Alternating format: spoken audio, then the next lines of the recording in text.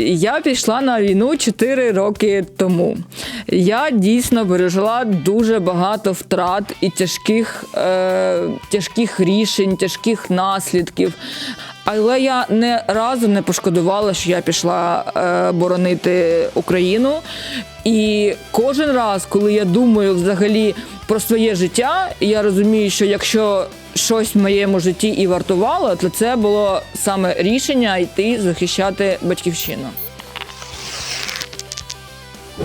Мій позивний Мішка, так як я старший бойовий медик і сержант, мені іноді приходиться командувати здоровими мужиками, вони звуть мене Михаїл. В мене є татуювання, це мій тотемний звір, ведмідь, да, це трошки не по-дівочому, але я його зробила досить давно і не знала, до чого воно так.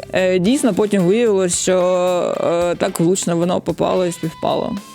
І завдяки цьому татуюванню в мене так прижився псевдонім Мішка, тому що звуть мене Ірина, і часто звали Іріша, Міша, і ось так от я з ним живу і більш на нього відкликаюсь, коли я когось Мішу там зовуть, я вже оборачуюсь там в черзі, якщо що. Ну, взагалі, в цивільному житті я завжди була пов'язана з медициною, з ветеринарною медициною, по-перше, було пов'язано, з фельдшерською справою було пов'язано, але на момент саме вторгнення, тобто в мене були різні види заробіток, як також займалась перекладацькою справою, але медичні навички в мене були, і це стало одним із важливих таких пунктів, які я зважувала, коли приймала рішення про то, чи йти мені у військо. Я сама з Миколаєва, ми на Вістрі стали буквально після самого початку вторгнення. Я була вдома зі своєю собакою, в мене собака стала страшно дуже вить, коли почула ці перші вибухи. Миколаїв – це город, де багато заводів, багато інфраструктури, тоді лунали сильні вибухи, люди були у паніці. Ще перший день, тобто якось оговтувались, в мене рідні в Миколаєві залишились, тобто ми зв'язувались, якось координувались, але потім вже було взято Херсон, стали відомі подробиці з Київської області. І, чесно, я багато не думала. Як я казала раніше, я завжди мала справу з медициною, я розуміла, що медики на війні потрібні. Тому це рішення далось мені легко. Я не можу сказати, що я довго роздумувала. Чи було мені страшно? Чесно, тоді ми всі, напевно, в Миколаєві було дуже багато людей, хто йшов добровільно. Воєнкомати були заповнені, тобто там вже видавали зброю по паспортах, тому що ми вже очікували вторгнення, вже танки були у передмісті. В нас якось так, ми думали, або ми всі дуже швидко загинемо, або це дуже швидко закінчиться. Ніхто не думав, що ми зможемо тримати стільки оборону, що ми зможемо стільки триматися, і тому якось страху як такого не було. Може це був адреналін, може це була така загальна, дуже вважають Миколаїв таким проросійським містом, але це не так. Він показав, що це дуже патріотичне місто, тому не було такого страху. Ну і ще його не було тому, що я ще не опинялась в таких, якщо чесно, ситуаціях, коли дійсно буває страшно. Це було щось таке для мене ще ефемерне, теоретичне. Спочатку я пішла в територіальну оборону, пішла суто, тому що це було близько від мого дому, буквально за 100 метрів, там була будівля, я знала, що там якесь військове формування, і можна було приєднатися туди. Я знала, що там є квота була для дівчат. Потім, коли я через який час, вже отримавши бойовий досвід, вже я була в обороні Миколаєва, я була на звільненні Херсонщини. Саме стояли ми дуже довго в обороні Херсонщини з нашого боку. Це 4 кілометри від ворога на нулі. Я знала, що в мене з'явився вже такий бойовий досвід, окрім суто професійного. Я працювала і фельдшером в медичному пункті, працювала на евакі, працювала військовим бойовим медиком саме у взводі, в роті, потім старшим бойовим медиком. І в якийсь момент я вирішила, що я вже готова. Миколаїв – місто десантників, всі знають нашу 7-9, дуже така легендарна бригада. І я розуміла, що я дійсно можу, відчуваю в собі сили допомагати саме на вістрі, саме там, де небезпечно, там і штурмовий десант. В 46-й бригаді було, я написала декілька таких листів, таких рекомендаційних, я не знаю, як це сказати, деякі бригади, і в 46-й була вакансія. Мені було потрібно пройти ВЛК для цього, тому що, все ж таки, ми знаємо, що ДШВ – це трошки окремий рід військ, і вже маючи такий досвід, тобто це Миколаївщина, Херсонщина, Донбас, доволі таки багато вже на Донбасі я повоювала, то мене взяли, в принципі, без проблем. Хоча треба сказати, що завжди командири трошки так з грустю дивляться, коли дівчата молоді йдуть воювати, тим паче в такі небезпечні точки, але вони розуміють, чому ми це робимо. Вони розуміють наш поштовх, вони розуміють нашу мотивацію, вони розуміють, чому ми рвемось там не десь в тилу побути, там не десь ворота відкривати, чому ми рвемось на передову.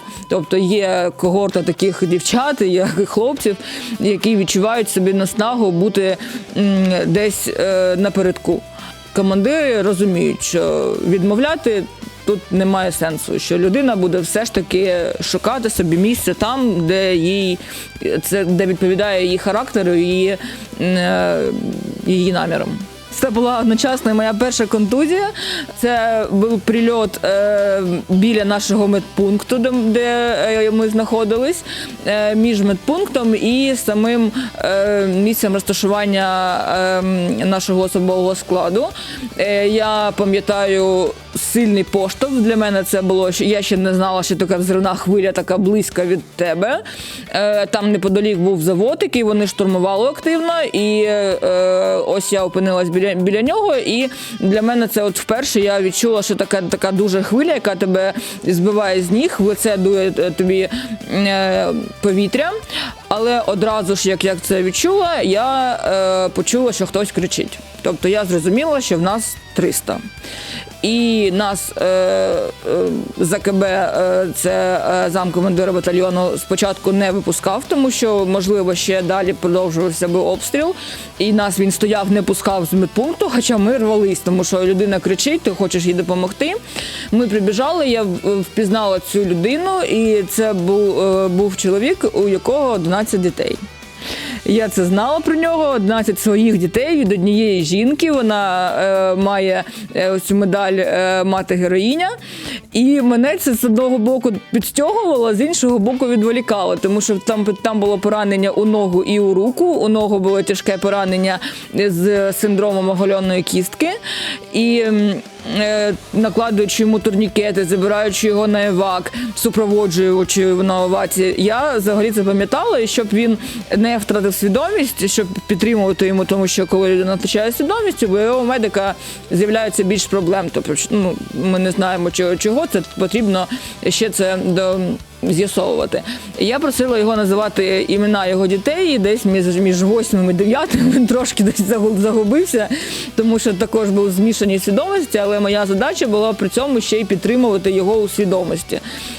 І я не думала тоді, що я якось себе стрьомно, странно відчуваю, дивно, що якісь в мене відчуття, тобто у нас розпочалась кровотеча посередині евакуації, хоча був накладений турнікет, але таке буває. Турнікет був накладений проксимально, поранення у нас гомілкове, це такі професіональні нюанси. Використовувався прямий тиск на рану, я вся в крові, все це так відбувається, і я навіть не помітила, що я на той момент сама була контужена. І тільки через 12 годин, коли ми вже довезли до шпиталю його, вже здали його на операцію, вже ми знали, що операція завершилась успішно, що він буде жити, що навіть йому будуть намагатися зберегти кінцівки. Я почала розуміти, усвідомлювати, що мене нудить, що в мене паморочиться голова і що це взагалі контузія і така досить серйозна, яка потім в мене на МРТ навіть проявлялась. Але через оцей момент ти не відчуваєш цього. Ти відчуваєш тільки те, що ти повинен, зараз в твоїх руках є життя людини, ця тоненька така ниточка, яку дуже просто впустити, і ти максимально зосереджений. Після своєї першої евакуації, свого першого 300-го, я зрозуміла, що, напевно, я не піду з бойової медицини. Потім, коли він виписувався, в нього зберегли ногу, руку зберегли. Тобто людина, яка завдячує тобі життям, ти навіть не розумієш, вже було після нього вже дуже багато було 300-х, в тебе там життя якось розвивалось, поки він там лежав в шпиталі, але він пам'ятав, як тебе звуть, пам'ятав, як ти тримала його за руку, і це таке відчуття, яке дає мені, чесно кажучи, наснагу навіть в такі скрутні, тяжкі часи, коли ти втомився, коли ти втрачаєш якусь мотивацію, коли ти розумієш, що все, ти просто вже не вивозиш цього, ти розумієш, що без цього ти також не проживеш. Взагалі, спочатку ось саме вторгнення я завжди була на нулі, я ніколи не служила десь там на першій, другій лінії, я завжди була на нульових позиціях. В десантно-штурмових військах це був Донбас. І це була оця, багато людей, напевно, знають, ця операція про Дніпро, про те, щоб вони не прорвались до Дніпра, де збирають всі ДШВшні війська, і ми стоїмо на кордоні Донбаса і Дніпропетровської області, щоб не пропустити їх штурмові групи і тим паче якогось масштабного штурму. Постійно приходиться кожен день, кожного дня приходиться відбивати їх атаки. Це дійсно кожного дня відбувається абсолютно серйозно. Інколи я знаходжусь в зоні зосередження з моїм особовим складом, який там знаходиться. Тиждень на тиждень я виїжджаю на позиції з своїм розрахунком, знаходжусь там. І коли погода сприятлива для ворога, тобто коли туман, коли нічого не видно, то буває так, що мінометні війська, артилерія може приймати стрілковий бій. Тобто вони просочуються таким чином і невеликими групками, тому що ми контролюємо, зараз війна змінилася, зараз це війна дронів.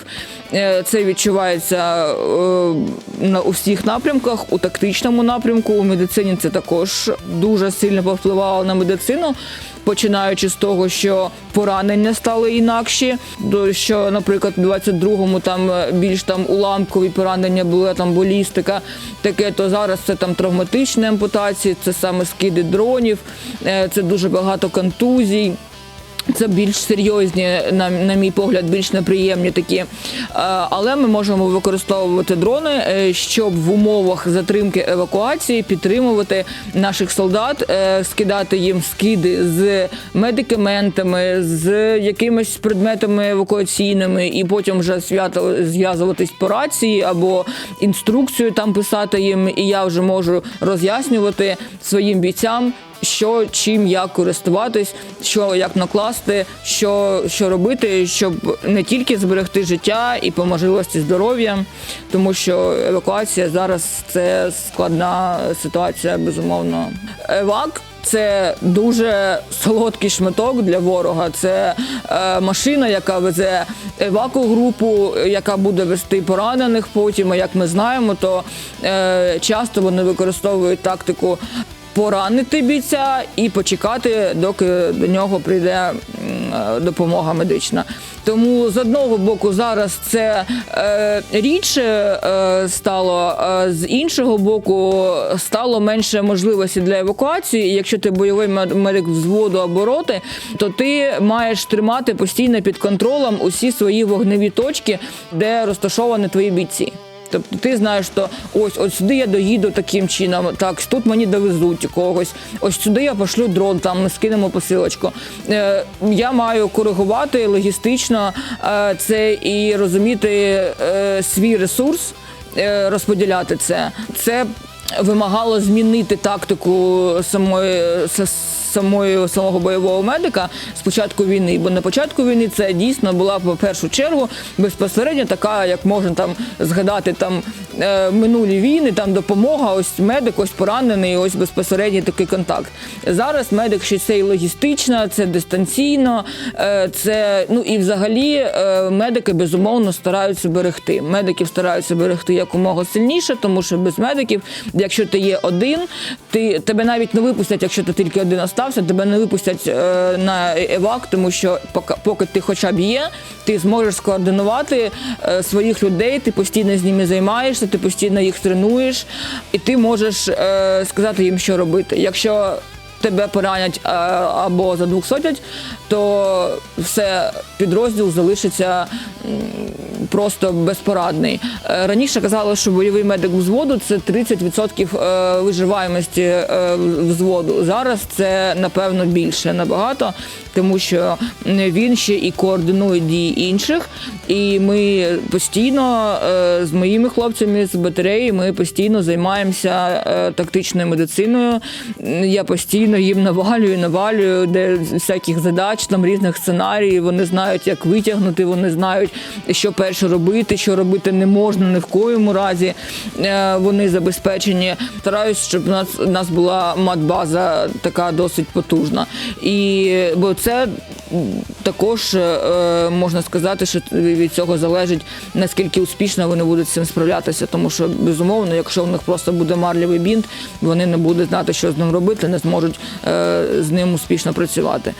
Зараз вистачає матбази в мене для того, щоб тренувати їх, щоб вони знали, що робити. Тому тренуємось так. У десантника на позиції має бути як мінімум 4 турнікети, 2 на руку, 2 на ногу. Чим більше, тим краще, але я не випускаю своїх десантників, якщо в них менше, ніж 4 турнікета, я забезпечую їх 4. Нам потрібні люди не тільки, яких там ми залучаємо, нам потрібно їх ще й зберігати. Ми не можемо, так як ворог, розкидуватися такою кількістю людей. У нас інша війна, у нас інший менталітет, ми не будемо закидувати трупами цю війну. Тому нам потрібні люди, які будуть зберігати життя, які будуть зберігати здоров'я. Я, наприклад, на початку я часто дивилася відео госпітальєрів, тому що вони знімають від першої особи, в них камери розташовані десь на лиці, на обличчі, і можна побачити, як виглядає порятунок пораненого від першої особи. І це допомогло мені не то, що налякатися, а якось буде підготовлено, як воно все буде виглядати. Також, безумовно, це фізично доволі тяжко. Я б не сказала, що це вимагає супер якихось навантажень, але все ж таки ви маєте розуміти, що треба інколи винести бійця. Безумовно, вам поможуть, допомога буде постійна, допомога в підрозділі – це нормально, ніколи ти там сам не залишишся, там з тобою будуть поруч люди. І тож важливо сказати, ти там йдеш за ношами, ти там береш звідси, я стою біля голови, взяли, пішли, тобто розпорядився. Ось, але фізично теж це не останнє, що може бути. І треба бути готові до того, що кожен день, кожен місяць, кожен рік на війні ми втрачаємо сили, і це має безумовний зв'язок з нашим здоров'ям, але оця підтримка фізичної форми допомагає якось нівелювати ці наслідки. Бойовими медиками можуть бути як дівчата, так і хлопці, і я знаю дуже багато хлопців, які дуже круті бойові медики.